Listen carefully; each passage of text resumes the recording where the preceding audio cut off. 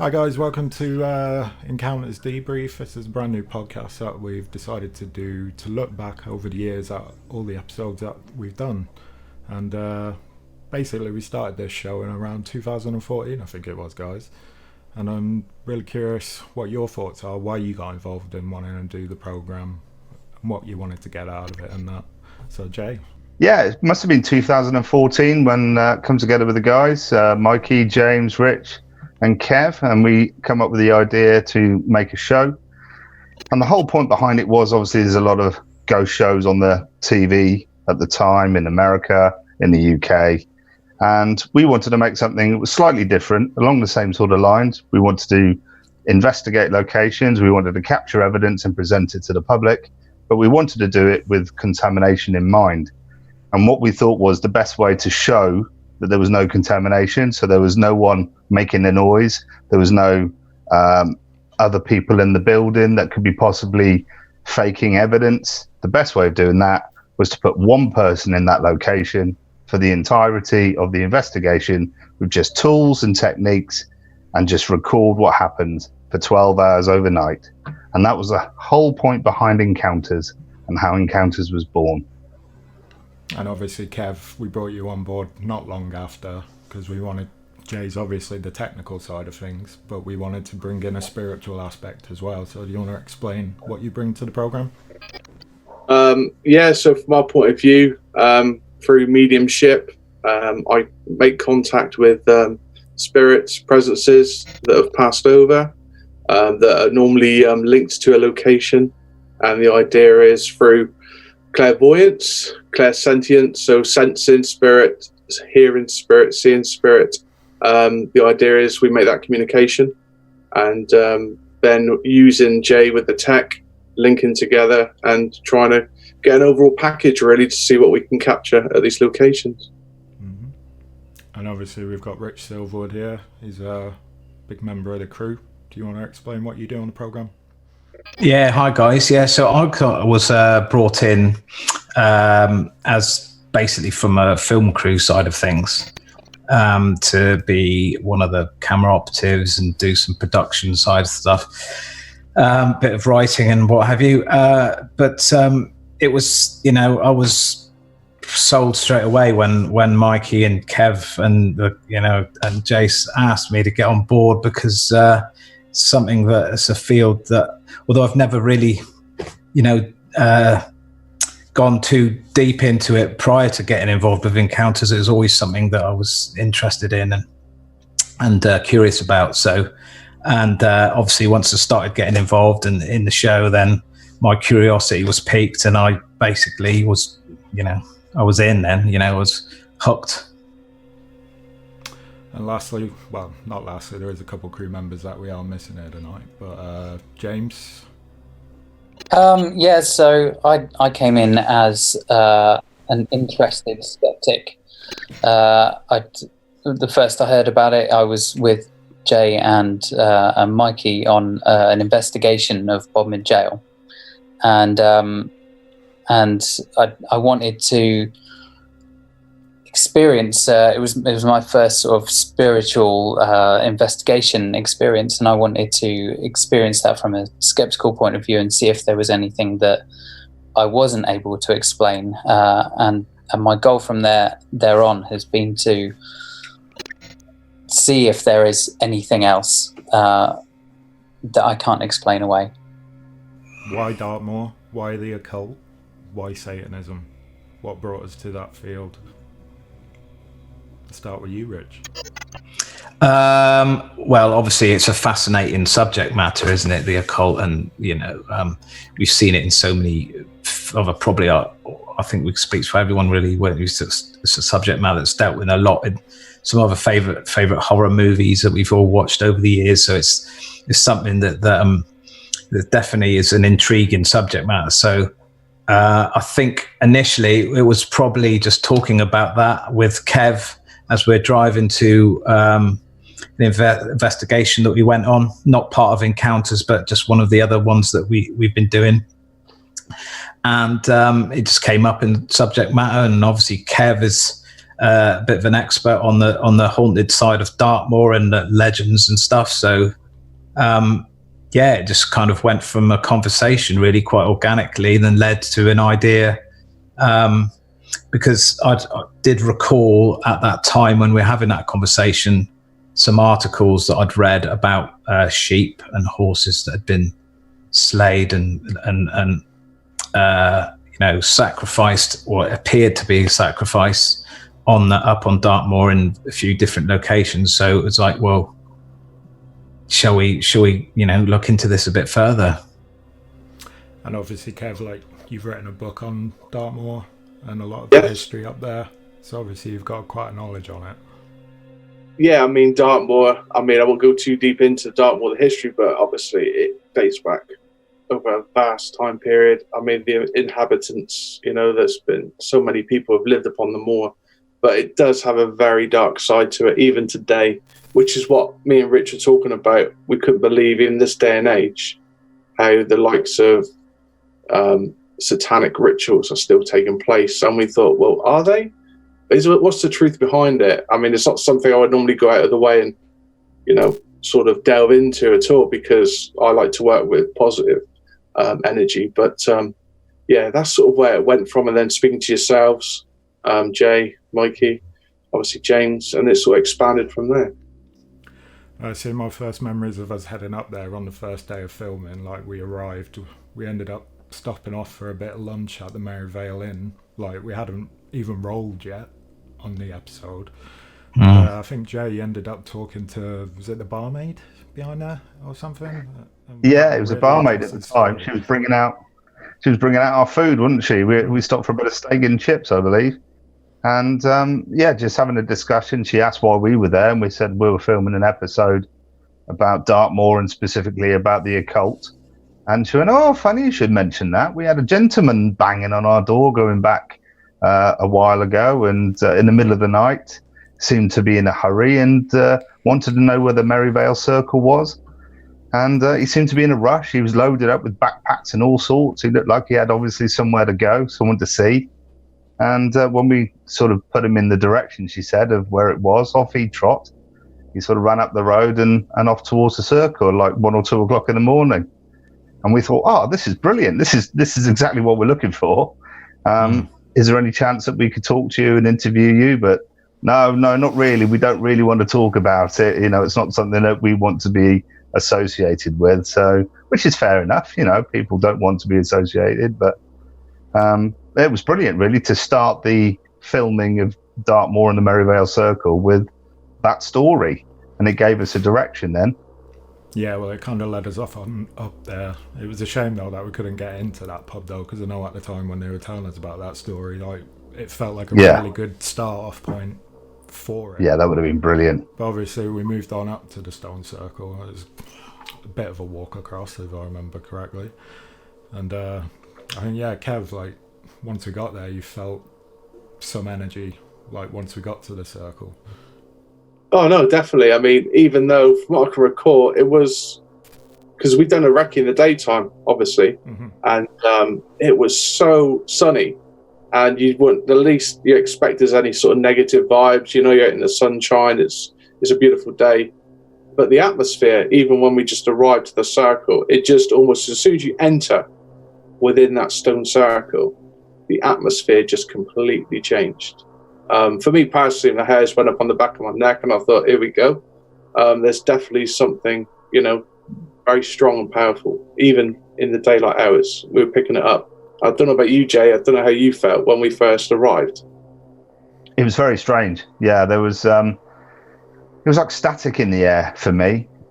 It seemed charged, and it was almost as though you just sort of had a handful of like Haribo or some sugar or some sort, and you just felt all the hairs were up on my back and on my arms, and I was getting excited, but in a sort of careful way. And it was hard to explain, and couldn't wait to crack out the portal and the apps and just to see what we could get electronically up there.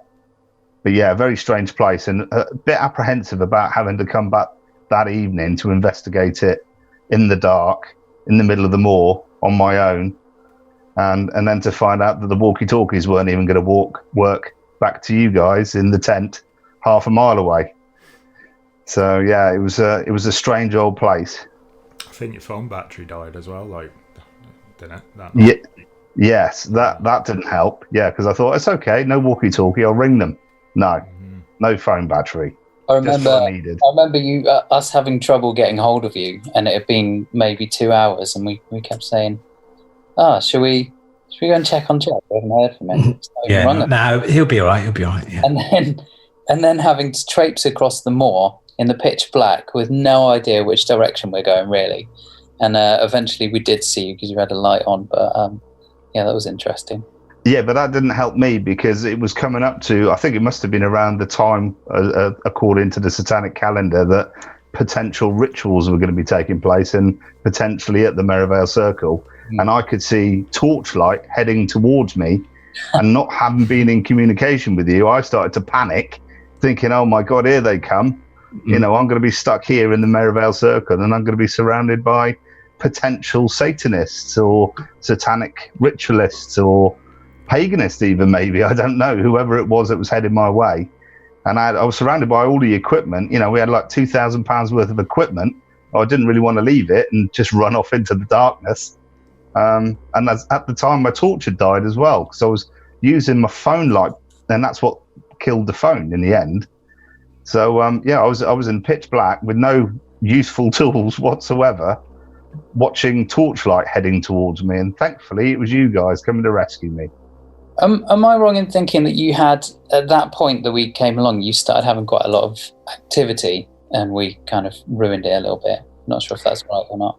Yeah, I mean, it's the same old adage, isn't it? I've been there for a number of hours, not a lot had happened, and then as you start packing down the gear, so you've got less and less equipment to use, things start happening, and then it's all down to explaining what had happened, as opposed to saying, here, look, there's some footage, here's some audio footage.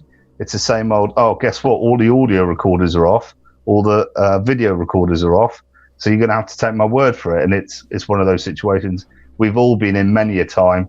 Certain locations, at the end of the night, you pack up the gear, and that's when all the activity happens. It's like they know. Yeah, well, but at that point, they would have sucked all the energy from the batteries, so that's why the cameras all died and stuff, didn't they? Yeah. So, yeah, they were fully charged up and ready to go then. But a cracking location, absolutely. I think it's another one I'd say we should go back to and investigate on another night and do some more recordings there, because the stuff we were getting through the portal kind of related to the episode we were making, but also some of the phrases, as we know, that we picked up, and obviously we presented them out in the episode, the Dead End version 1, part 1. But it's interesting to know that some of the comments, obviously, that people had were picking up on YouTube, were saying, well, I heard this and I heard that. And everyone tends to hear different things, which is great, because we never say that what we're hearing is true.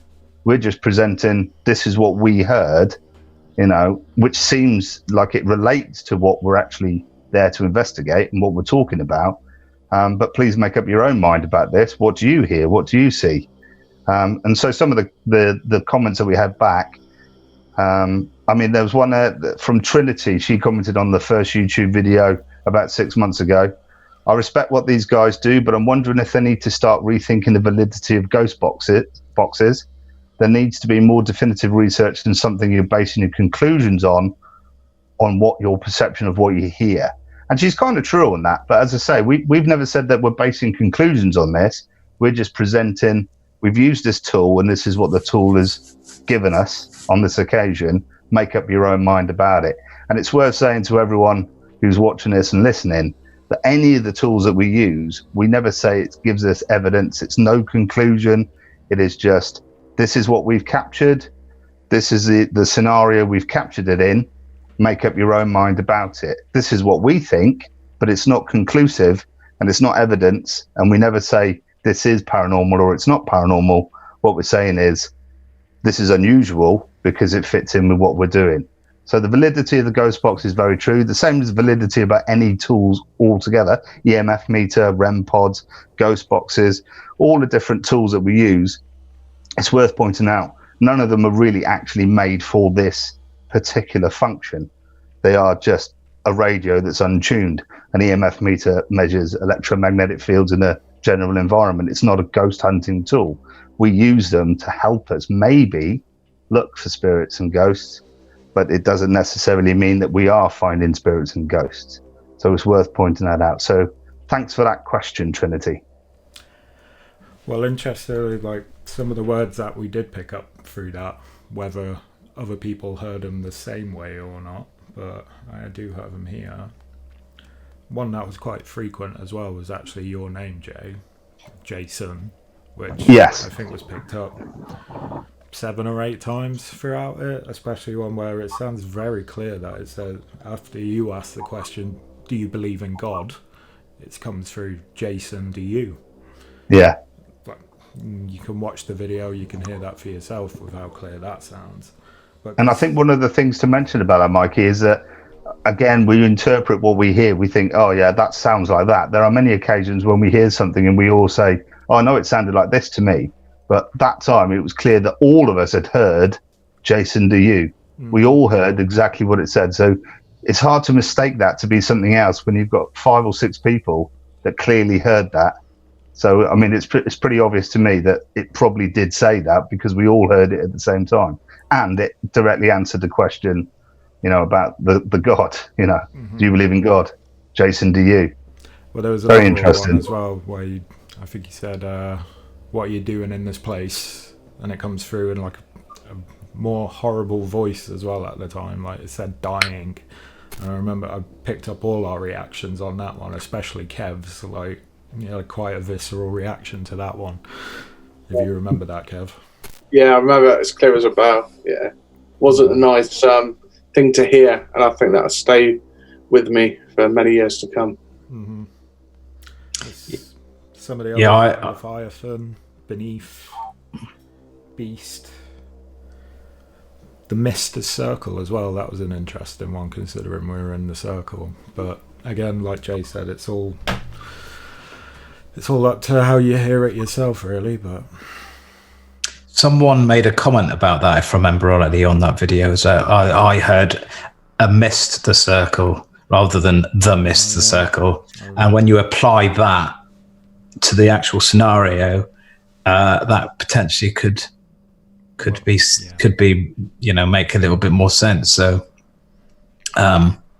because if they were you know, a mist the circle, either doing a sacrifice or a ritual or the victim of one, that would make, you know, tie in perfectly. So yeah, we did definitely get some interesting other things, like Fire on Wool was another one I remember, which would tie into the sacrifice of sheep. You know, maybe they burnt the body of the sheep after sacrificing it or something like that. So yeah, it was all very, you know, I'm not one to believe in coincidences. Obviously, you got to, like you said earlier, you got to sort of form your own opinions of it. And I don't normally jump to conclusions, but when things, words and phrases come out that sort of directly correlate with what we're asking, it does definitely make you think, doesn't it? And Fletch, from your perspective, being probably on the farthest side of the skeptical line with the I mean, that's the stuff that came out of that box. The words that came out of there were undeniably quite clear and very very appropriate to the situation. So that's one of those things. I mean, my thoughts on the technology we use, as you guys all know, is that I am slightly skeptical about that. I'm not sure how that works, so I don't take it at face value. But it was a bit freaky that it was so appropriate and so relatable to that situation, that I still haven't quite made my mind up about that one. It was in the broad daylight in the middle of a hot sunny day as well, so it goes to show not everything has to be done in a dark basement at 3 a.m. all the time either. Yeah. Is it worth mentioning? I mean, Kev, you can maybe bring something up about this, the stone tape theory, because those stone circles obviously made with granite, and that's long been, associated with the stone tape theory. Is that something that could potentially have held that energy, or? Possibly. Obviously, granite with all the minerals and quartz, I mean, it acts as almost like a transmitter. So the concept of the stone tape theory is once an event occurs or a tragic event, it almost retains that energy, that spike of energy in that one moment. And it can be retained in the fabric of the stone.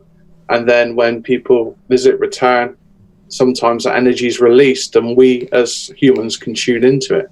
And that's the sort of concept, really. It's almost like it's a recording, as it states, stone tape theory. It is a recording of an event, and it's replayed. I think, Fletch, that's a theory that you usually lend more to in regards to some of the other places that we've been to, isn't it? It has some basis in science, yes. Yeah.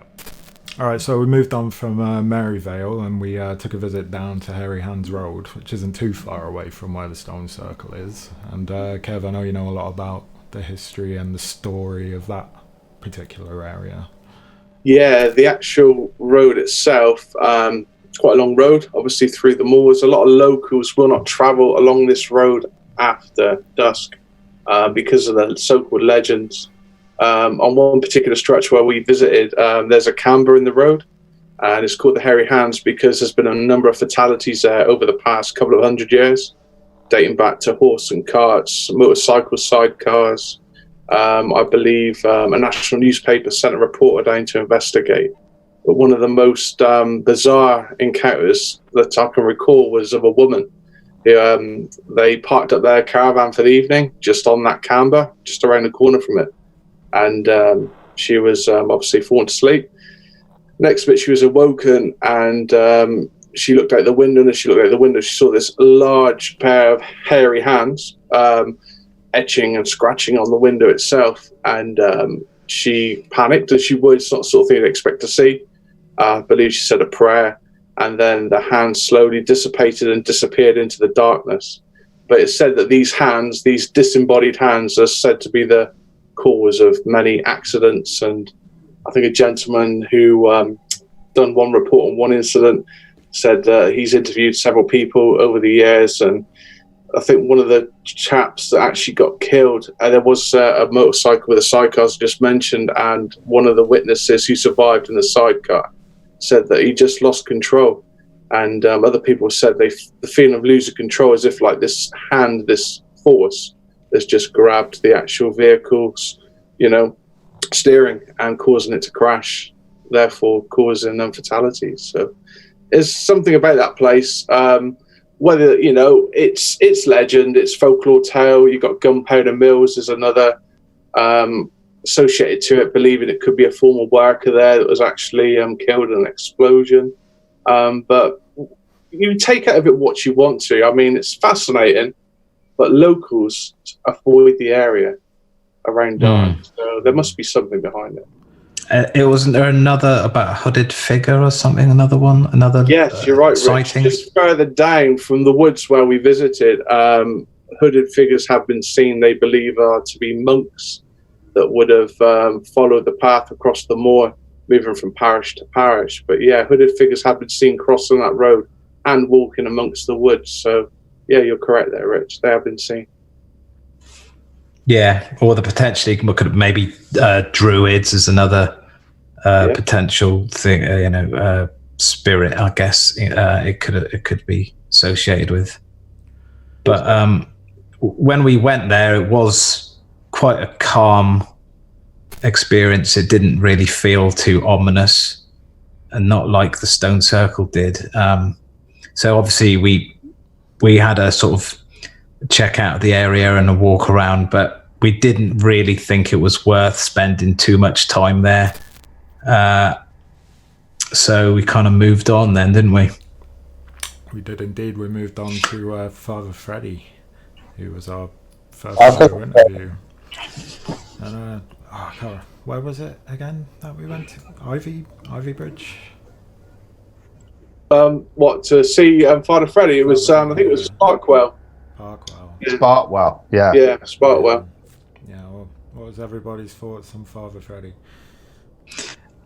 I took to him straight away. He's a really nice guy with an incredible voice, a voice for Ray, you know, a real sort of voiceover kind of voice. I find him, you know, charming, and he knew his stuff, you know, about he'd been doing exorcisms himself. One of the few in this area. Well, I don't know anyone else and that actually do that sort of thing. So that was fascinating. And you, Jay? I found him quite open. I thought he was. It's always something when you're obviously making a documentary about the paranormal, and we took that even further by doing a documentary about a dark subject matter such as Satanism and demonology, to then being able to talk to a clergyman about such dark things, and you're always a bit apprehensive at first. And we got invited into his house, beautiful old house, with his family, sat down for tea, you know, and then you want to tell him, well, we're making a documentary about demons and Satanism, and we're potentially going to be doing some investigation work that may include such dark matter. And you feel a bit apprehensive. You think, should I really be talking about this to someone, you know, a godly person such as this? But what a character. What a brilliant character. I love the guy. I think he's absolutely fantastic. So open-minded, and that's probably what made him a good exorcist, I think, because he was open-minded. He's obviously had a good life. He's experienced a lot in his life. You could tell he had a lot of experience. And I'd love to see him again. I'd love to go and meet him. And obviously we went to see him about the documentary, and we interviewed him, which was absolutely brilliant. He didn't mind being interviewed. And obviously we went back then after the investigation to show him the footage that we had made, and then tell him what we actually did in the investigation. And his response was, he was shocked. He was shocked by what we did, but obviously we'll talk a bit more about that later. But yeah, cracking character. I do remember the story that he told us about the priest who was his friend at Buckfastleigh, like the Satanist that had burned down the church there. Like, that was quite a grim story that he relayed to us. I don't know what you guys remember about that. Yeah, I remember very clearly because it was the Holy Trinity Church. And I know a couple of us have investigated that place before, haven't we? Mm-hmm. And, yeah. I mean, that's a whole different story. But, yeah, from what I can recall, he's obviously the vicar caught some Satanists red-handed in the church, shooed them off, so to speak. But they got their own back, didn't they, as you said, Mikey? And they believe it was them, possibly, that burnt his church. So, you know. Yeah. So, well, we'll be back with Father Freddy a little later, because it's not the last time that was... Oh, have you got something to say? I just wanted to say I'd love Father Freddy to come along on an investigation and actually do a full-on episode with him there with us. I think that would be amazing. If you'd be willing to do that, I don't know, but I think that would be something pretty special. I think Jay could have done with him in them tunnels, to be honest. I think I could have done with it. Yeah, definitely after the event, I could have done with a decent exorcism, I think. Absolutely. Well, I think reaching towards the end of the first part of Dead End, like, obviously we spoke about it a little before, but Jay, you went up onto the moor in that night. I know my memories of the day when we got there, it was absolutely tipping it down. Like, the wind was about 30 miles an hour. We went across to set up the tent, and we were thinking whether we were even going to be able to go ahead with it. And it's like you say in the episode, it was like all of a sudden, snap, it just all went. Like, clear skies, no rain, which was quite weird in itself. It almost seemed to suck the energy out of the air or something. But yeah, we left you alone, and I think, I think you started with some dice. Do you remember about that? No, not really. Yeah, no, I did. I do remember the dice session because, it's old school dice, bit of it, old school investigation technique. put aside the big toys for now. We're up on the moor. We're up doing an investigation. I'm doing an investigation on my own on the moor in a very historical place. You know, there's a lot of history there and a lot of legend and myth, if you like. So break out the old school investigation tools, some old trusty letter dice, and start asking questions and dropping the dice to see if we can get any patterns. And I can't really remember what actually. Did I have a couple of names or a name or some words? Help. Oh, that's right. I had help. Yes, help come up on the dice. But I think more significantly was the finding of the thick, coarse black hair, which at the time was quite interesting for me. Finding a big long black hair in the middle of the moor at night. And then it wasn't until someone had pointed out maybe it was a horse hair. You know, obviously you got the ponies on the moors, and that kind of makes sense to me. It probably is, but I did obviously scan around the area and I couldn't find any other thick black coarse hair. So it was a hell of a coincidence to have just dropped dice in the area that one of these hairs were existing, really. But it kind of it did scare me up a bit, if you like, shook me up a bit, because all I had in my head then was the thought that someone had been slain there and had long black hair at one point. Maybe a woman with long black hair or a man with long black hair, or it could have even been someone doing the slaying with a long black hair. But obviously all the vivid thoughts go through your mind when you're there on your own and you're there investigating the paranormal. So yeah, that was interesting, the black hair. But as someone has pointed out, I think it's probably more likely to be a horsehair. Yeah, which is a shame. Yeah, it probably is, more than likely is. But it was interesting that it did come up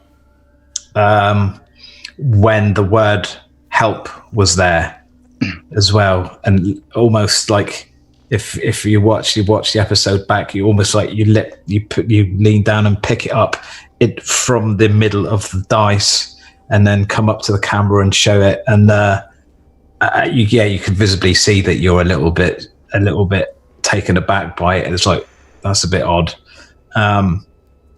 So yeah, you can see why you had that thought at the time. But you mentioned that it's a horsehair, but obviously horses have been sacrificed or found mutilated and cut open with genitalia removed and tongues taken out. So, there's a connection with the horses there as well. Yeah, very good point, actually. Yeah. Well, there has been a lot of animal slayings documented up in that area as well, so hard to say. Yeah, I think there'll be a spate of them that year as well. Definitely. Well, I think for the rest of your investigation up there, like you said that you were hearing some strange noises around. Yes. There was a lot of, I could hear voices quite clearly.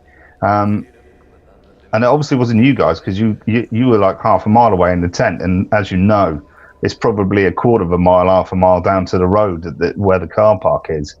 And then in the other direction is just more moorland. So I was surprised to hear the voices, and they were quite clear, and it sounded like people talking. And the weird thing is, I had in my head, thinking of contamination, I thought before the investigation began, I bet I hear a fox, because when a fox cries, it sounds like a woman screaming. And I thought, I bet I hear a fox, and it's going to scare the crap out of me. So I had it in my head, contamination. I'm going to hear animals on the moor. I'm probably going to hear birds. I hear, the sound of rustling from rabbits and all sorts scurrying around. And I'll probably hear a fox. So if I hear a loud scream, it's probably a fox. But I didn't hear any of that, which was strange. What I heard was people talking. Now, this is, what time is it? 1 o'clock in the morning? And it was, as you say, the weather had been horrendous and then had stopped. So you can't even blame the wind. You can't even say voices were being carried on the wind. There was no wind. The wind had stopped. There was no rain. It was like everything had just frozen still. And it was just me literally there moving around. And I heard these voices, and I was looking around, but I could not see anyone. And I wouldn't expect to see anyone up on the moor at 1 o'clock in the morning. The same as I normally wouldn't be up on the moor at 1 o'clock in the morning, apart from doing a documentary about or an investigation about Satanism or something to do with the Moor. So yeah, that surprised me. A lot of noises. Unfortunately, they were so quiet. I don't think we picked them up on the audio recorders, which was a shame.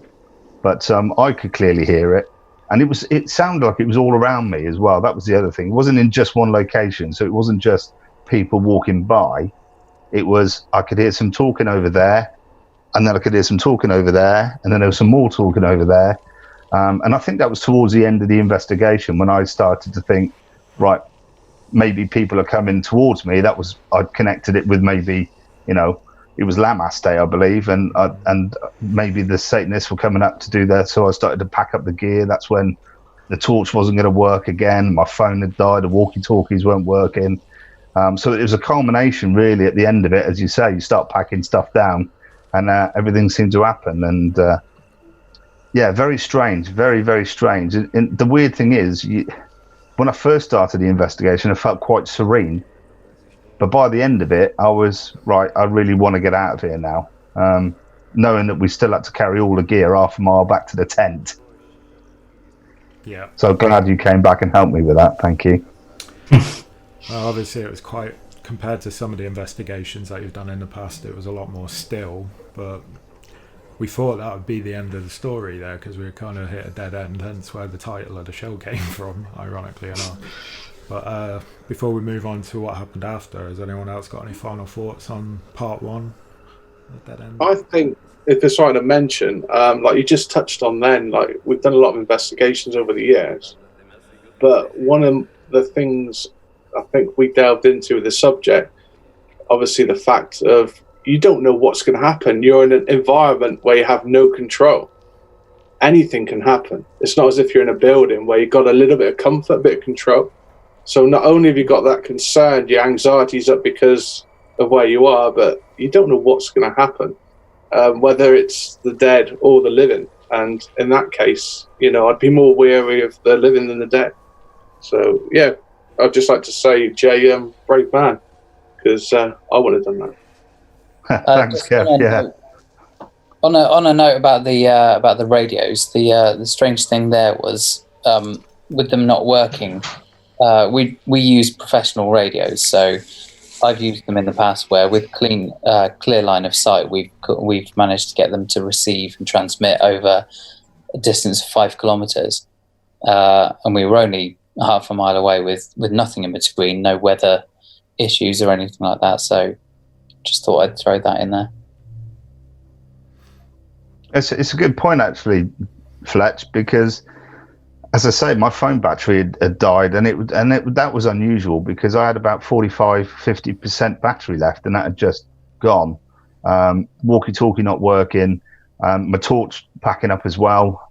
So that was 3 different bits of technology, all with separate batteries, that at that particular point, all within the space of about 10 minutes, had just failed. So it does beg the question, if you hadn't have come back then, and I'd have gone on for another hour, what may have happened?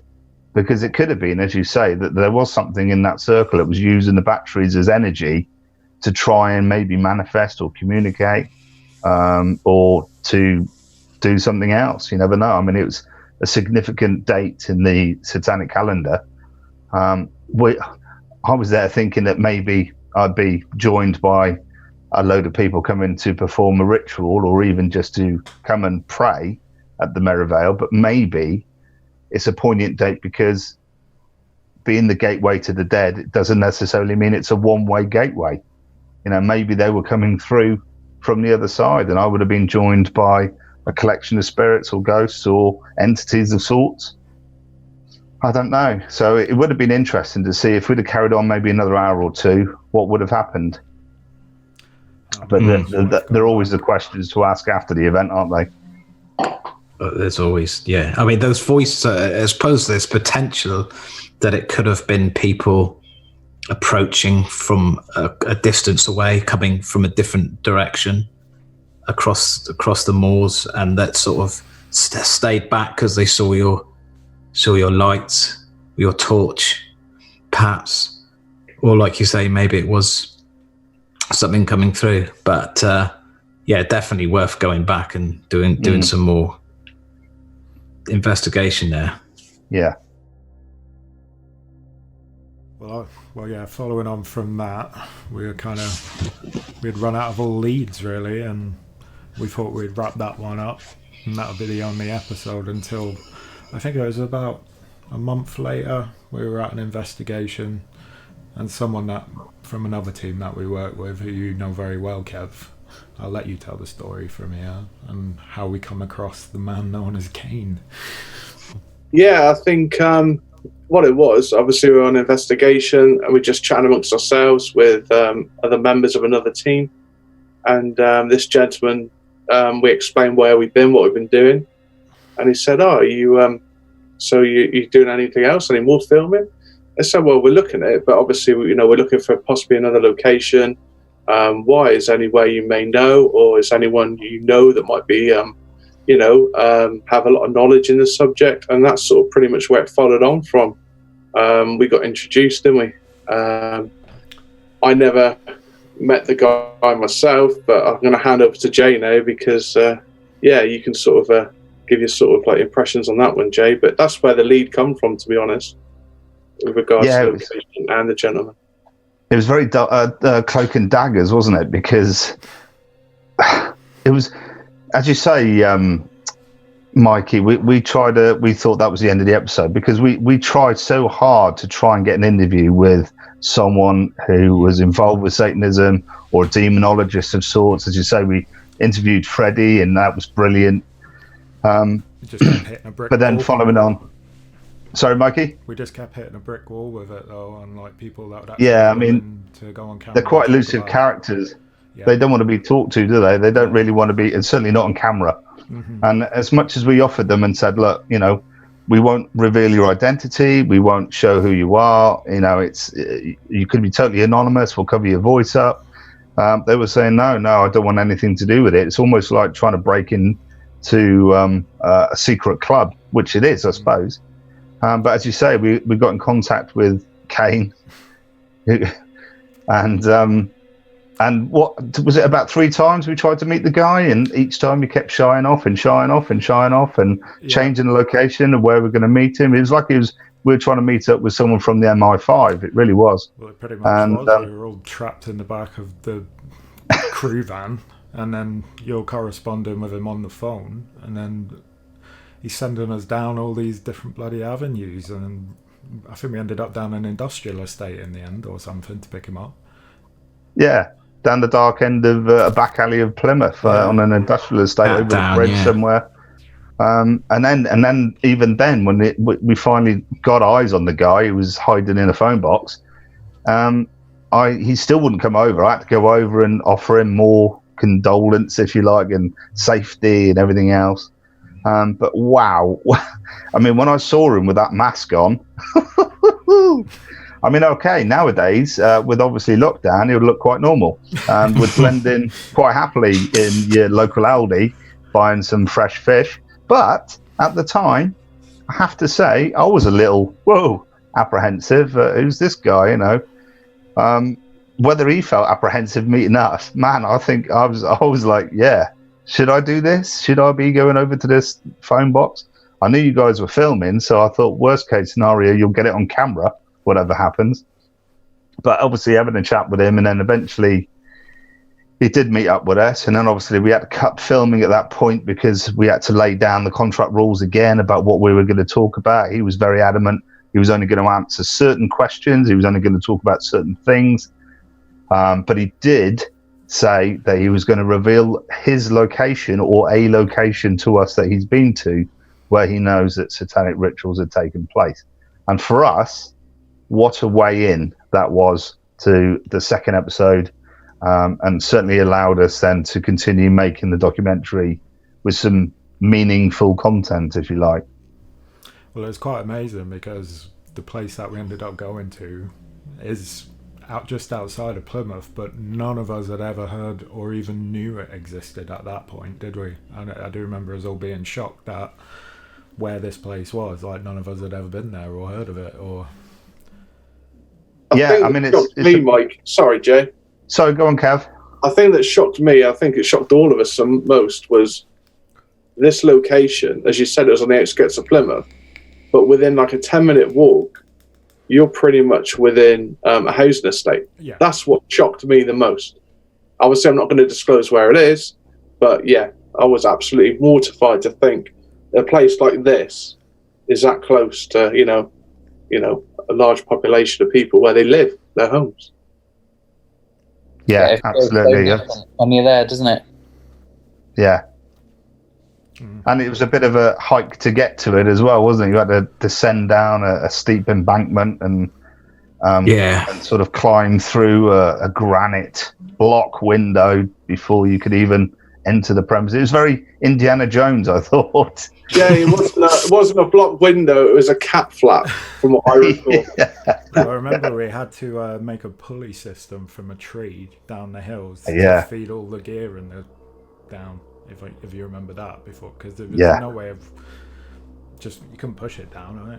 It was a tall old ravine or whatever you want to call it. But Yeah.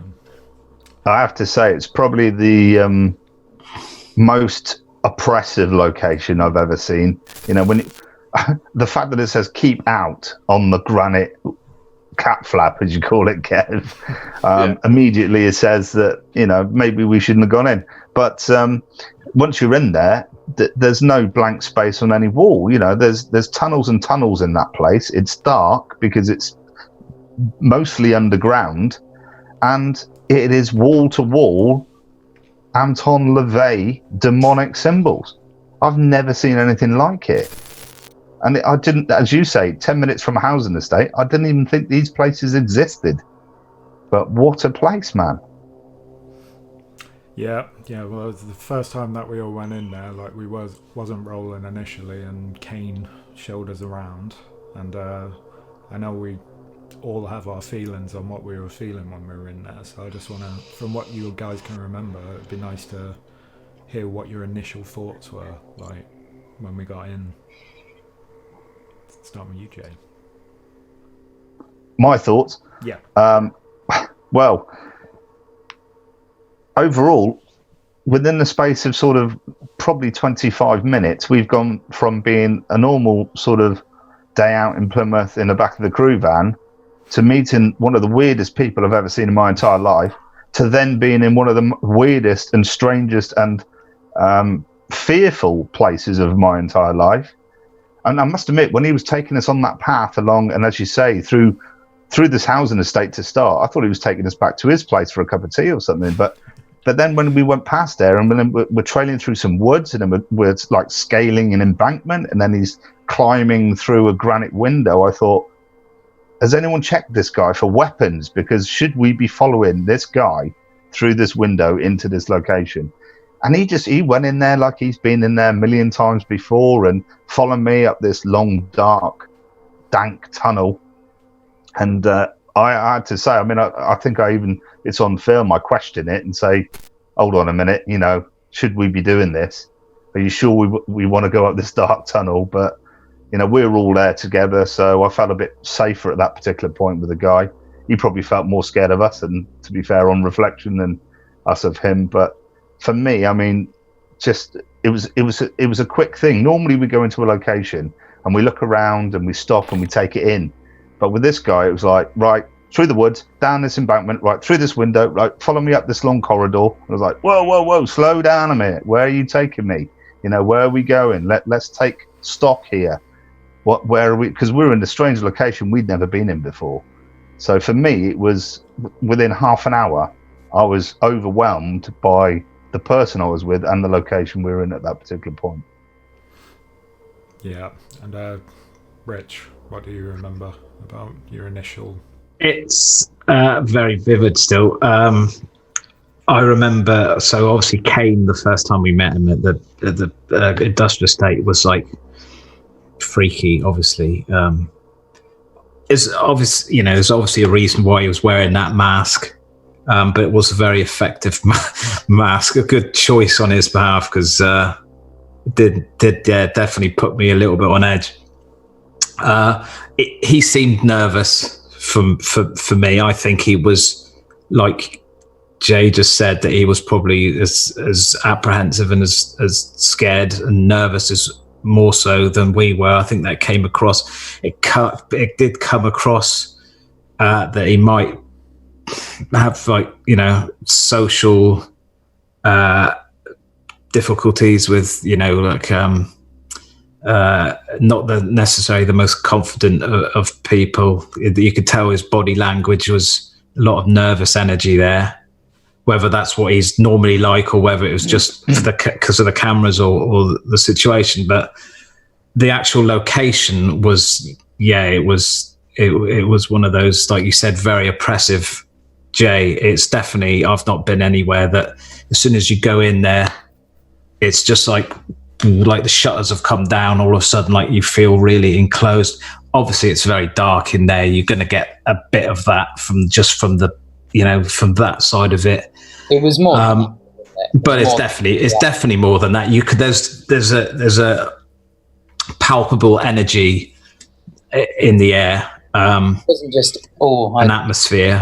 It's a little heavy. It was right. Ton of bricks falling on you, if you can imagine, like that, in a sort of mental state, I guess. You kind of get a bit of brain fog, and seeing, flashing the torch around and seeing those symbols everywhere. I mean, I'm not an expert on Satanism, or I don't know what half of them mean, but I've seen them in things, and you can instantly recognize, you know, oh, that is a satanic symbol. Or, like you said, Anton LaVey, I didn't know too much about him until we started doing the research and stuff, but it's like you say, every wall, not a space, not a stone, you know, left blank. Just it's you know, pentagrams painted on the floor, just symbols and anti-religious, anti-Jesus slogans everywhere, and upturned crosses, and 666, everything you can possibly think of, everything you've seen in every film that you've ever seen is all plastered all over the walls, and it definitely leaves you feeling, I want to say nervous is an understatement, but apprehensive, absolutely. And then, like Jay just said, like following Kane, I think I remember I was having problems with my torch as well, so I couldn't fully see, so I had to stay behind, you know, the rest of the crew and follow their torch, because I couldn't see where I was going. I do remember this strange noise as we were following Kane up the tunnel. Do you guys remember that? The growl. Yeah. Yeah, the growl, or almost like a bull. Yeah. Sort of noise, like hiss, wasn't it? Snorting. Like his sound. Hiss. Like a hiss. Yeah. Like a snorty bull hiss. He gives very odd. But Kane just kept ploughing straight forward, didn't he? And we were like, whoa, like you said, whoa, hang on, slow down a minute. And he was just going, follow me, it's up here. And you, like you said, you don't know where we're going, what the situation. It could have been, you know, a whole crowd of them waiting at the end to jump on us. Your mind starts racing, and putting this scenarios start coming in, and you go, oh shit, like, you know, what's happening? But we, you know, we carried on going, and it was okay, but definitely nerve-wracking for sure. Yeah, I know it really got to Kev once we got into that place. I know you were pretty disturbed by the place. Yeah, I was just about to say, I think for me, the realization once we entered the granite window, we got this guy here who I didn't want to be within 2 feet of, this Kane chap. The vibe from the guy, I just didn't like. My heckles were up, as I think I mentioned in the program, the video. But as soon as you walked in there, it was like you're so weighed down. The atmosphere is so thick, heavy, the dank, the smell. It was just horrendous. And then when I looked around with you guys, and as like Jay said, Rich, the walls were just peppered in all these negative sigils and symbols, and it was at that point I'm thinking, this is another level. Should we be in here? And the safety for us and Jay as well, you know, thinking forward, this is real. And I think I remember at one point, like you were saying, was it you, Rich, was saying there was like pentagrams on the floor. And it wasn't just where you're, you know, looking ahead. You have to be aware where you were walking, because the last thing you want to be doing, whether you're a believer, non-believer, you do not want to be sort of moving around within this sort of like symbols or standing in the center of a pentagram. It's not a good place to be. And yeah, the place itself, to this day, is probably one of the scariest, darkest, evilest places I've ever visited. And I spent as little time in there as I possibly could, as you know. Well, there's only one place you've ever said to me, Kev, that you'd never go back to, and it was that place. So it is, and I hold. Yeah, definitely.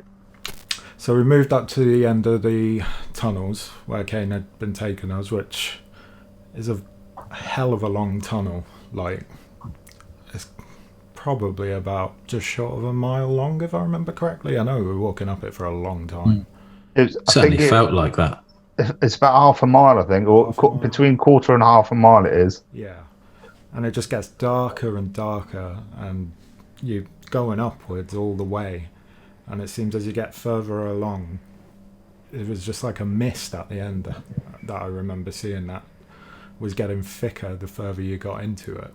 And then we arrive at the end room, and then there's about a 6-foot gap between this other room and the stairs, and there's just a load of scrap metal at the bottom of it, so we had to jump over it.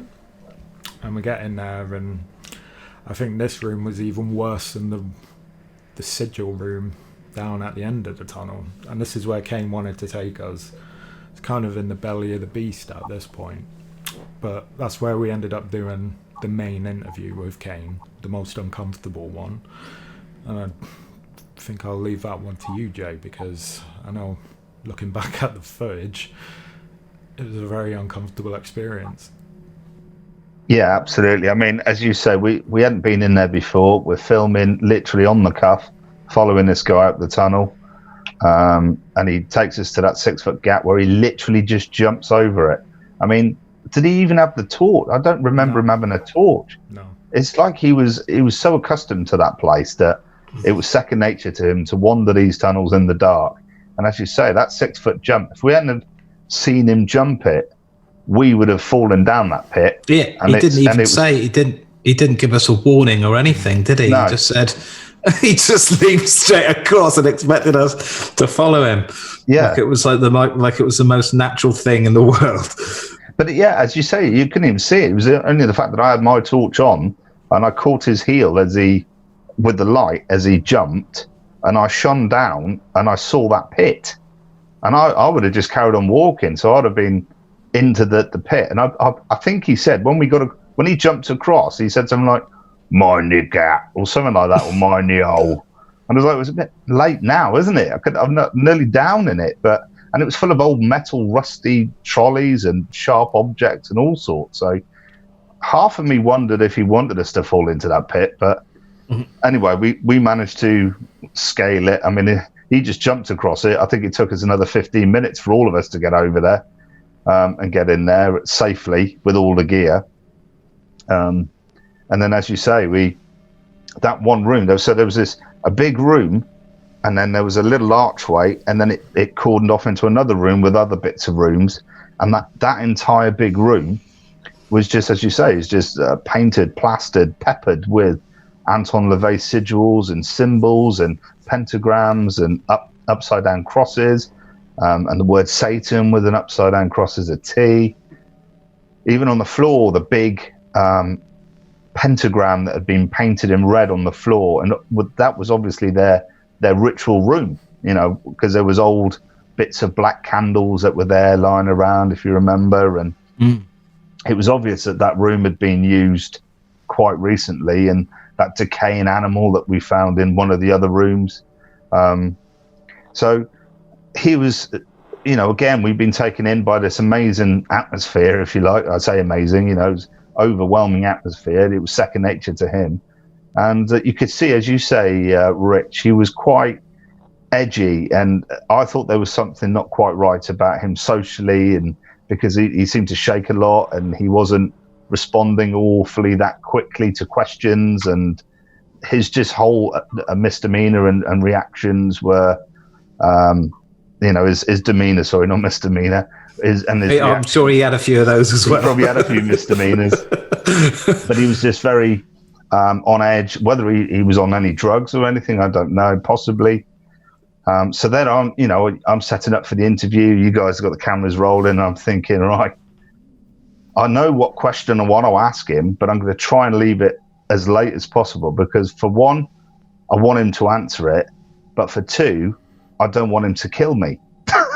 Because I don't want to be coming out straight away with a known Satanist, potentially a dangerous one for all we know, asking a question whether he had performed any human sacrifices or if he was aware of any human sacrifices. So I was trying to lead up to that question with the other questions that I asked, but even on those questions, he was very apprehensive about answering them.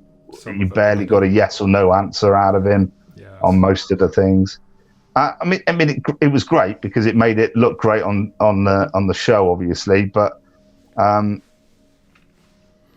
was just the whole way through the interview thinking, shall I ask this question or not? I don't know whether I will.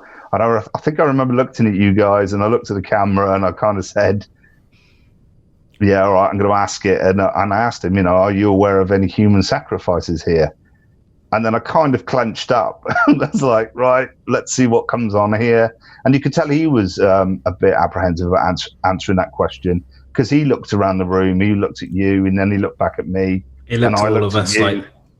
Yeah. I get the impression that, because he did, like you said earlier, have sort of qualified what you could ask him, and those questions weren't on the list. No. So when you actually brought it up, he was like, set, I guess, didn't expect it, and put him on the spot a bit, I think. You went for Ross Kemp on that one. Yeah, but to be fair, that's what people want to know, and I know what he said. These are the qualifying questions you can ask me, which was great, and we asked him a few of those. But I'm sorry, we're here to make a documentary, and I'm going to tempt the water and see if you're going to answer it. The worst case scenario, he wouldn't answer it, and basically he didn't, But in our mind, he neither denied it or said that there was human sacrifices. So he's left that bit open. And hopefully one day we can get clarification on that. But, as part of the research for this, we know that there are thousands and thousands of people go missing every year. And there's a high probability that some of them have been the subject of a human sacrifice for satanic purposes, as we found out. So it was worth to see if there was any correlation between this guy Kane, the location we were in, and potentially any human sacrifices. But literally, as you say, the interview with the guy, and I know he was wanting to get off quickly after that. I think that last question did say to himself, that's enough for me, thank you very much, I'm off now. But at least we had the location at that point then as well, so we could stay and check that out. But obviously being in that place and realizing that literally in a few hours' time, I was going to be investigating there on my own in that room, most probably, because that seemed to be the main room in the whole place, was an eye-opener for me, as Kev knows. Yeah, I think I'll give you a few warnings tonight about that one. We've known each other for a long time, and as you see in the documentary, I was being serious when you told me what you planned to do. I just couldn't believe you were going to do that, and for you to actually, go ahead and do it, I was thinking, do you actually know what you're actually opening up, what you're doing? Because the consequences are real. This is real. And I'll let you carry on from there. But yeah, wasn't a good thing to do, I don't think.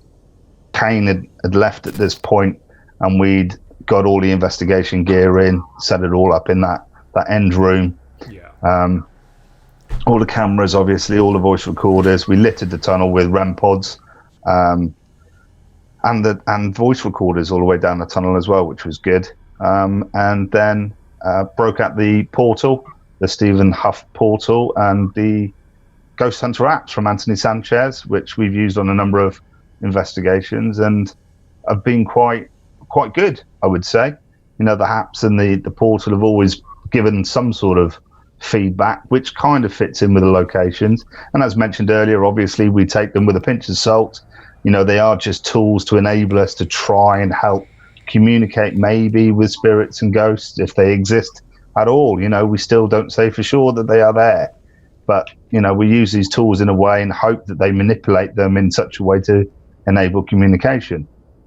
So what Kev's talking about, which he warned me throughout the day, and I kind of mentioned to him earlier on in the day, that we like to practice something called Singapore theory, which is where you try to recreate the events that may have occurred at some point in that location over time. And the theory behind Singapore is that if you dress up in Victorian dress and go into a Victorian house and play Victorian music or perform Victorian tasks, that it may stir up any Victorian ghosts that may occur there to interact with you, because they feel as if their time has been replaced and they're back in their own living space again, they're back in their own time.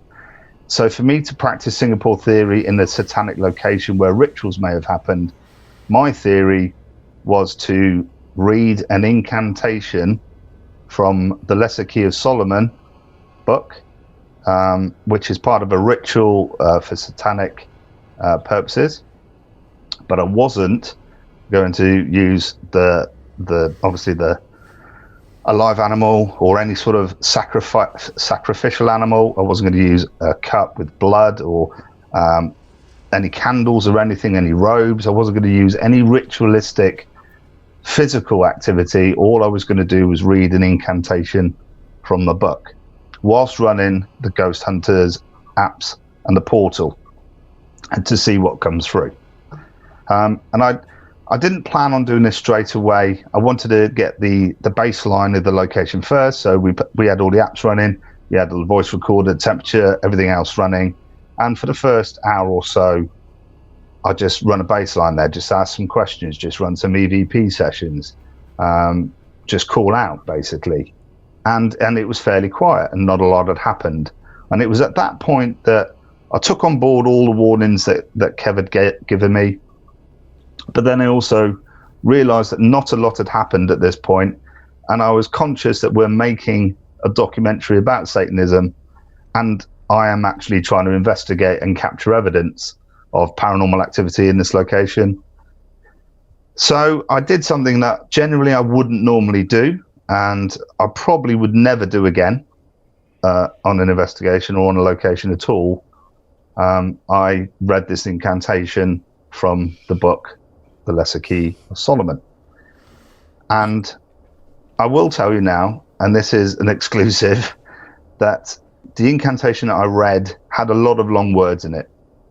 And there was names of demonic characters that were sort of, 12 characters long, 18 characters long. I couldn't pronounce them. I didn't know what to say. So on reading this chapter, which was the first time I've ever read it, I skipped over some of these words and just missed them out altogether and thought, well, it's not going to make any difference.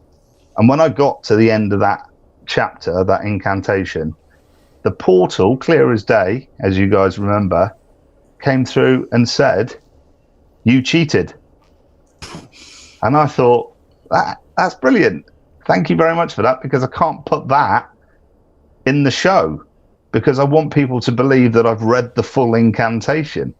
So as you know, we cut that bit out. That didn't go into the show because we wanted everyone to believe that I'd read the full incantation. But on reflection, I think it's good to let people know that I hadn't. I had actually missed out certain words from that incantation. And the portal had come through and said, "You cheated." Now, it didn't seem to make any difference about me missing out these words, because pretty much minutes after that, all hell broke loose in those tunnels. All the REM pods were repeatedly going off up and down the tunnels. Noises and bangs and crashes from behind me and in front of me. The whole atmosphere in that tunnel just dropped. It went eerily cold, absolutely freezing. The portal was going crazy. I think at one point I turned the portal off because it was just, the voices were just coming through. I couldn't make out what they were saying. And then I heard another bang crash behind me. And I wandered into that room to have a look to see what was causing the banging crash. And as you know, we had a camera in that room that was facing the doorway. We had a camera in this room that I just left, facing the archway and the pentagram on the wall. And I had the head cam on as well, so you could see what I was seeing at all times. And I walked into that room and I looked around and I called out. And I think I said, if you're in this room with me now, can you make yourself known? And then I heard a massive scratching, not scratching, some dragging sound and a bang from the room I just left. So when I went back into that room, I had a look around. I couldn't really see much what was going on, but I noticed the camera angle had changed. It was no longer looking at the camera, was no longer looking at the wall.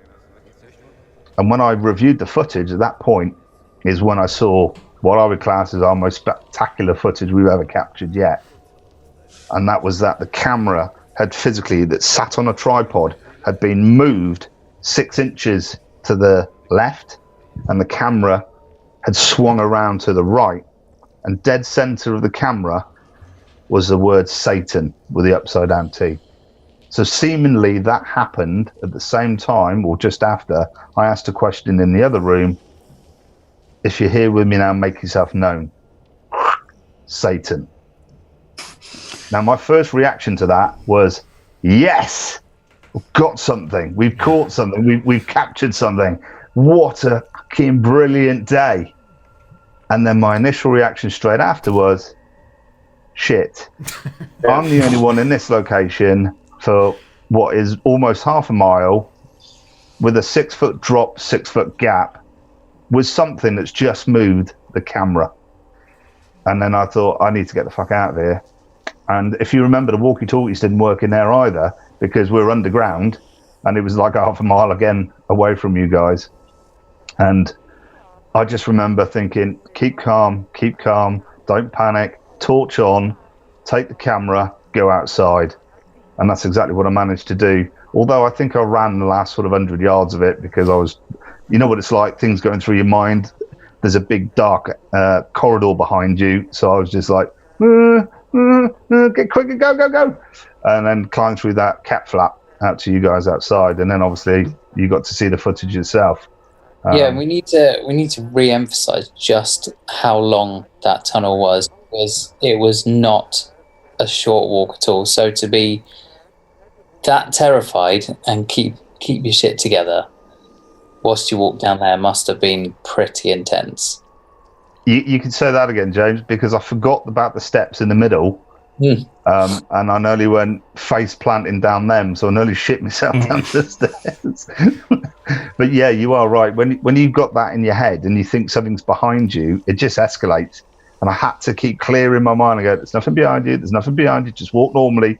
But then you still think someone's going to touch me on the shoulder, someone's going to push me, and like panic set in. It really did. But I managed to, all I could think of was, you need to see this footage. There was excitement, I had adrenaline and fear at the same time. I was overloaded with hormones at this point, and I just needed to show you what I'd captured, because for me it was the greatest thing ever. And then the decision was, shall I go back in? Well, you had to go back in because all the equipment was in there. I mean, you brought the camera out with you. It's also worth emphasizing that we weren't just like stood at the entrance. There's a long gullyway sort of that leads up to the entrance of this place. Not from where the grass, not the bank that we came, the way that we got there, but there's another, apparently we found out later, there's another way, longer way around, and there's this gullyway. And I think you see it on the episode. We do like a sort of one of the B-rolls, one of the B-roll shots works. Does the I can't even think of the film. What's the film, Mikey? Will you reference? Evil Dead shot. Yeah, that's right. And so we're actually positioned further down the gully. So we're further away. So I just remember seeing Jason like hopping out of the hatch from this distance, like waving and go, guys. Like Willem Dafoe in Platoon. I think it's worth clarifying as well, going back to the camera movement in there, that it was dead quiet, and I mean dead quiet, and you'd have heard. It's one of the few things I'm like, okay, something really might have happened there, because you'd have heard any kind of creature, any rat or anything like that, especially if they were big enough to move the camera. You'd have heard that. There was no evidence of there being any rats in there at the time, no evidence on the multiple cameras of there being any kind of creature that could have moved that. Yeah, and it's worth pointing out that the voice recorders that we use have got crossover stereo mics, and they pick up everything. You know, you can hear a fly in that room, and there was no noise whatsoever when that camera. You hear the camera move clear as day on the voice recorder, but there's no noise leading up to it. There's no noise leading away to it. And as Mikey pointed out, because there's a lot of viewers who've probably seen that who are calling bullshit on it, which is fair, because I would do exactly the same thing, sat at home watching the same footage. But having been there and knowing that I was literally the only one in that entire location, I think it's worth pointing out that we've put the footage up on our YouTube channel showing the entire investigation, raw footage from the 3 cameras, showing from start to end of that, and you can see that there is no chance of anyone else or any animal being in that room with us. Yeah, the tripod's right up against one of the walls. Yeah, and obviously you can see there's no one else there. There's no way that you could have faked that, because we say the animals, the noise, there was like a reverb, like an echo in because of the nature of the size of the room and the stone. Any other sounds you would have been picked up on. And yeah, it's just that the way the tripod and the camera moved. I mean, you did have to be a strong bloody rat to actually move and rotate the camera for it to also land and point perfectly aligned with the word Satan and an upturned cross. I mean, that's how do you explain that? It was moved with some force as well. Like I was going to say, Mikey, you're right. Sorry, I didn't mean to interrupt then. Carry on. Sorry. Oh no, yeah, I was saying it was moved with some force, and in like, you know, when you watch the footage back in slow motion, you can tell it doesn't fall on an angle. It almost looks like it's picked up a few millimeters off the floor and then planted, as if a human was doing it. But you realise like it's against a wall, and if you want to see that, I uploaded the full hour leading up to that event where Jay does his whole ritual completely unedited from his head cam, and that's on our YouTube channel now, and that'll give you a very good idea of the layout of that place unedited to see that it was impossible for any of us to have been in there at the time without making any noise. Like, it is just virtually impossible. I think sorry, go on, Kev. I think the one thing that hit home for me when you come out of that sort of tunnel with your camera and called over to us to see the footage, the first thing when I saw that footage, I actually thought, what have you done? You know, what has caused this? Because to have, you know, we've been investigating for many years together. In the 19 years I've been investigating, I've seen like a few objects move, little bits here, little bits there. You might, you know, things get thrown, stones. But to actually get an object that size moved in that sort of force, that energy, takes so much, you know, for that to happen. That's what just blew me away. And what even more so worried me was the fact that we all know here now, hand on my heart, we know you're in there on your own. And that's what, to this day, scares the living daylight out of me. We know that was genuine. And talk about personal experiences. Wow, that was amazing. Yeah. It's not one I've forgotten, and it won't be one I'll forget for a while, if ever. You know, it's, as I mentioned before, you know, the repercussions of it. I said I would never probably do this again because, you know, we've all had our personal experiences and personal issues since that we've filmed there. And, you know, it's easy to attribute what we've gone through in the 2 years from that investigation to it. It's easy to say, well, all this has happened because of that. But it does seem unusual that we've all had some pretty bad times over the last couple of years. And it all seems to have been since we filmed that episode. And it's, I think the other thing to mention from that with the camera movement is, as you say there, Kev, there's a lot of energy that's required to move that camera. But it seemed it wasn't just like a random camera move. It was on response to the question, if you're with me now, who are you, basically? Yeah. It was an intelligent camera move, because it was like saying, this is who I am, Satan. Yeah. And and for me, I mean, if Satan hadn't been written on the wall, what would it have done to try and show who it was? I mean, it might have manifested itself. And that's the other thing to mention, Big Smithy, you mentioned on our YouTube channel a couple of months ago, said at 22:19 minutes into that episode, I believe, I'm in the end, and it's after I said all the REM pods are going off.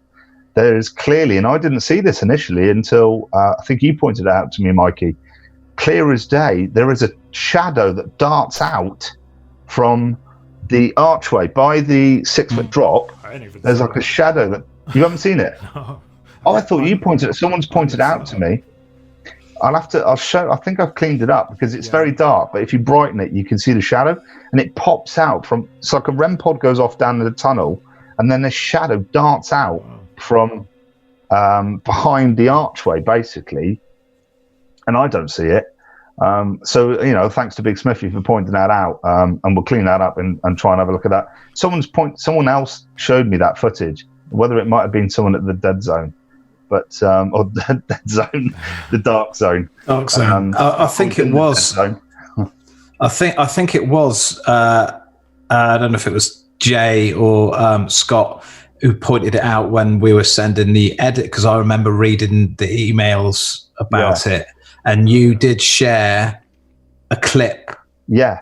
I obviously don't know if Mikey saw it or not, or if he's forgotten, but I do remember that bit you were talking about, and I do remember thinking, wow, that's definitely a shadow movement there. And I don't know, if we can maybe cut that in and show that along with obviously the camera movement as well, that'd be see what people think about that. Obviously sometimes I've edited most of the episodes. It's easy to miss stuff sometimes when you're going through tens of hours of footage and audio. Like sometimes you do miss stuff, unfortunately. So it's nice that we have the audience that can point these things out.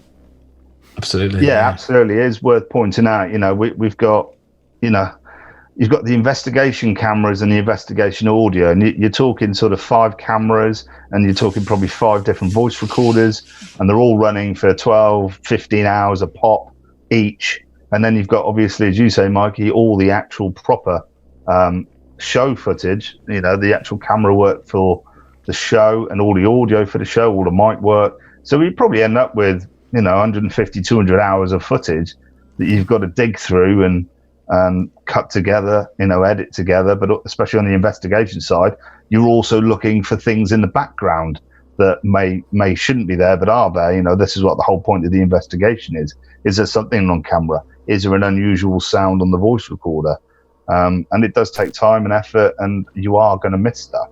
And that's, as you say, where the audience can come into play and help us out with that, which is brilliant. Some of those REM pod things were quite interesting. Obviously, the main event is, if you like, is the camera movement, and which obviously is what we all, are astounded with. But some of the things that happen quite often in other investigations, I still are intrigued by some of those REM pod activity that were going off in the two that. It seemed like they were. I mean, obviously, I wasn't there, but I was watching the footage back. Is the REM pod in the room with you, Jay, and the REM pod out across the other side of the gap in the tunnel seemed to be sort of alternating. You would get a bit of action on one, and then it would be up behind you, and then you turn around like it was there was something playing a game with you almost. Yeah, that was it. I mean, it was after the incantation, and it was at first, it was like something was coming up the tunnel. because the REM pod went off in the tunnel first. And then so my full focus was looking down the tunnel and asking questions. If you're there, can you come and make contact? But then noises and the REM pod going off behind me, which forced me to then turn around and look that way. And then the sound was coming from that. So it was trying to shift my attention all the time, whether it had a sinister idea to maybe sneak up on me or try and get me off balance in some way. I don't know, but it was obviously trying to steer me away or steer me to different locations, and it all just seems so intertwined. As I say, the first couple of hours in there, nothing happened. Read an incantation, and then all of a sudden, temperature changes, personal experiences, multiple equipment responding to something, shadows being seen on camera, voice recorder EVPs being picked up, portal words. We had like distress and Jason and various other words that I couldn't hear at the time because of the echo. And then obviously the camera move, it was just everything and all that happened in the space of 10 minutes, 15 minutes at most. And then obviously I came out, showed you guys the footage, and then obviously going back in, I don't really remember much going back in. I think it was fairly quiet. I think whatever it was had happened. And if I really actually, I've got a full blank. I can't remember exactly what happened after I went back in the tunnel. Not much. No, I don't think much happened. So it just goes to show that it all accumulated to that one culmination at that one point, and then it kind of dispersed as soon as I left that tunnel. It just kind of went back to normal again, which is very, very strange. Well, you say that, but I remember when we went in there to help you pack the kit down, it was it definitely felt, for me anyway, it definitely felt even more oppressive, whether that was just me projecting it onto it. But that felt flowery to me, Rich, now. In comparison with what you went through, but yeah. That felt comfortable. I was in my pleasure place at that point. Yeah. Well, I do remember not long after the investigation, we did go back and we took that footage to Father Freddy to get his thoughts upon it. And looking at his face when you show him that footage, like, he doesn't quite know what to make of it. I know that much. Like, I can't quite remember his words, but I think he said whatever it was that was in there with you was very powerful, if you remember. Yeah, do you know what? The weird thing is we've used it in our trailer, and I can't remember the wording either. And I've seen that trailer a million times.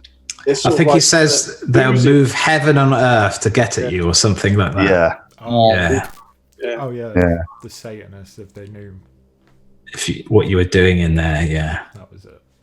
In closing, then, on the whole experience, what do you feel we achieved? What are your lasting memories on it? Your lasting feelings? Would you ever do it again? Jay? I would definitely investigate again, obviously. Would I investigate that location again? Probably. I'd like to go back in there. Would I do an incantation again? No. Not in an investigation format. Not whilst in one of those locations where we're trying to stir stuff up. For me, I think I went too far. I mean, we've captured the best evidence ever for me. So I'm glad I did it. I'm glad I tried it.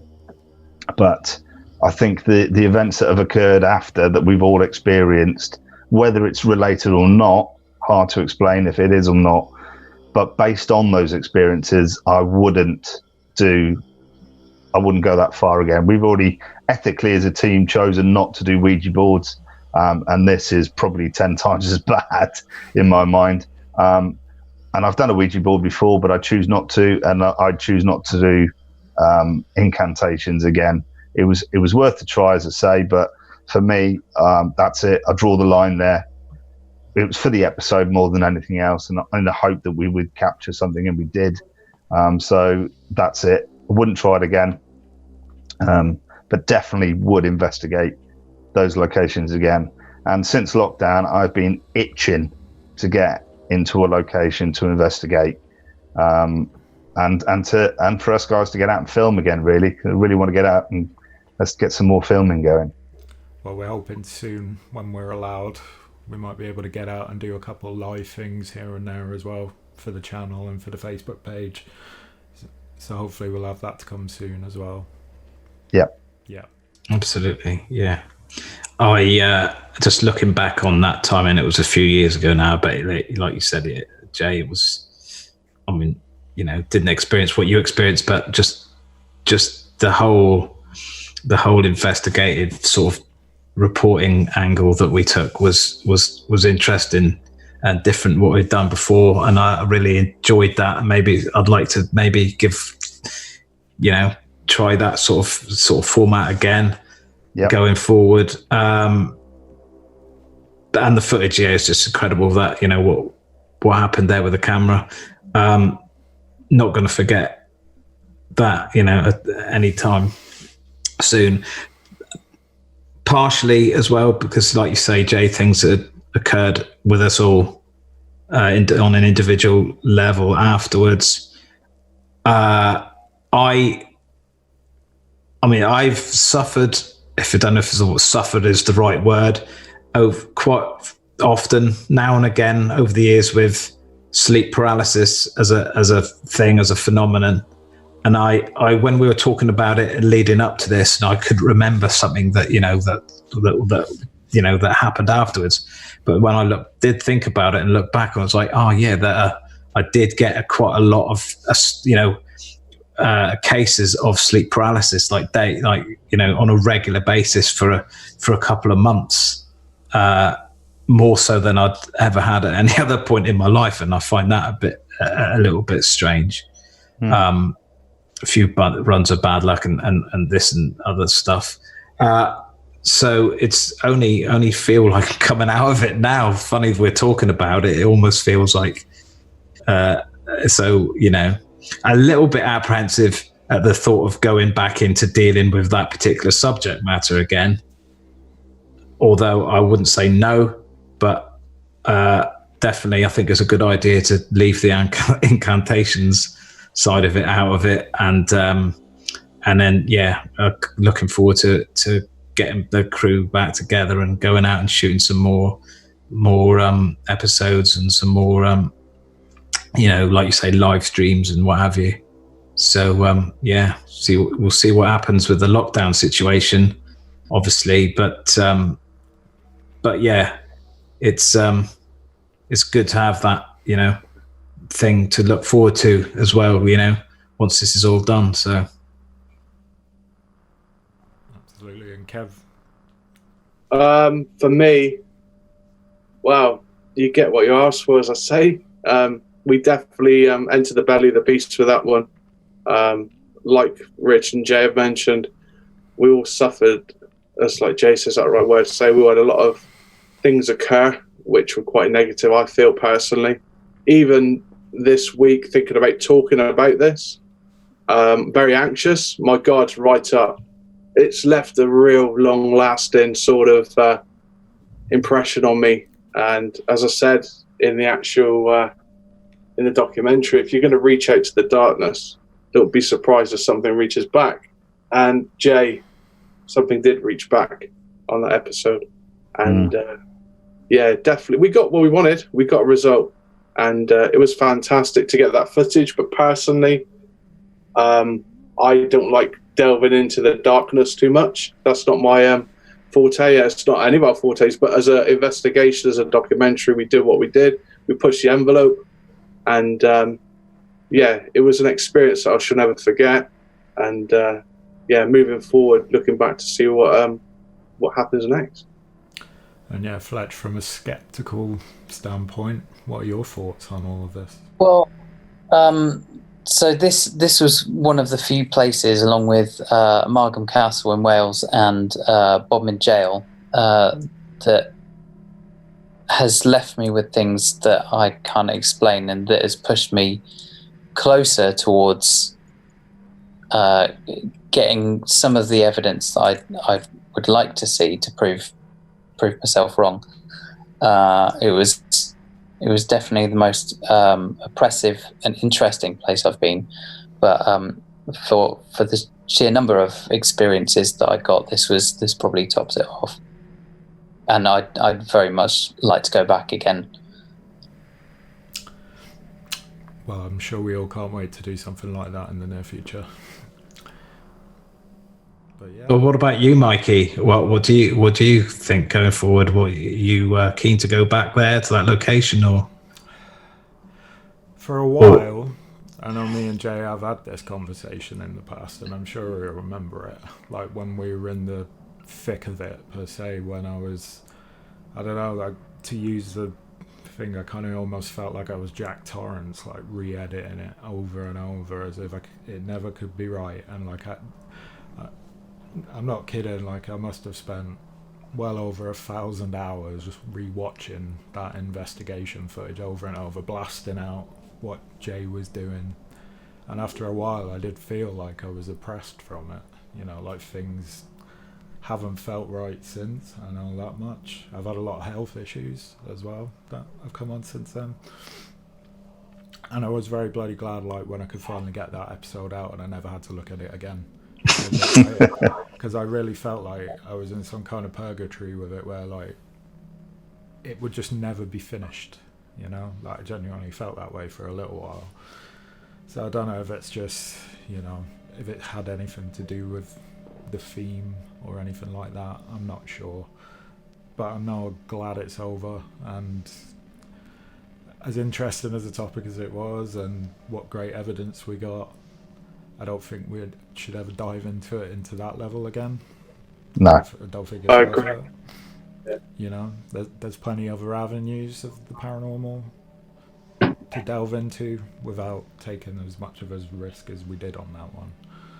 And yeah, whatever we do next, it will have an incantation in it, that's for sure. Yeah. But yeah, anyone got any final thoughts before we wrap it up? Just in case anyone is watching or listening to this that hasn't actually seen the episodes, we're going to obviously share the links to the episodes on YouTube in the description. So just wanted to sort of mention that if you did watch it and you want to go back again and sort of watch it with this as a compliment to it, that might be quite a good thing to do. To go back and you know, don't forget to like and share and subscribe and all that good stuff. I think you wrapped it up from there, really.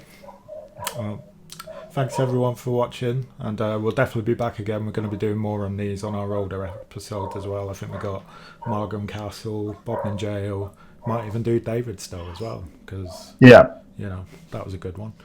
Yeah, one of the earlier ones. Yeah, Definitely. Yeah, absolutely. Okay, look forward to it. Hope everyone's staying safe, and we look forward to bringing you more content soon. Cheers, guys. Yeah, thanks a lot. Take care. Bye-bye. Cheers. Bye.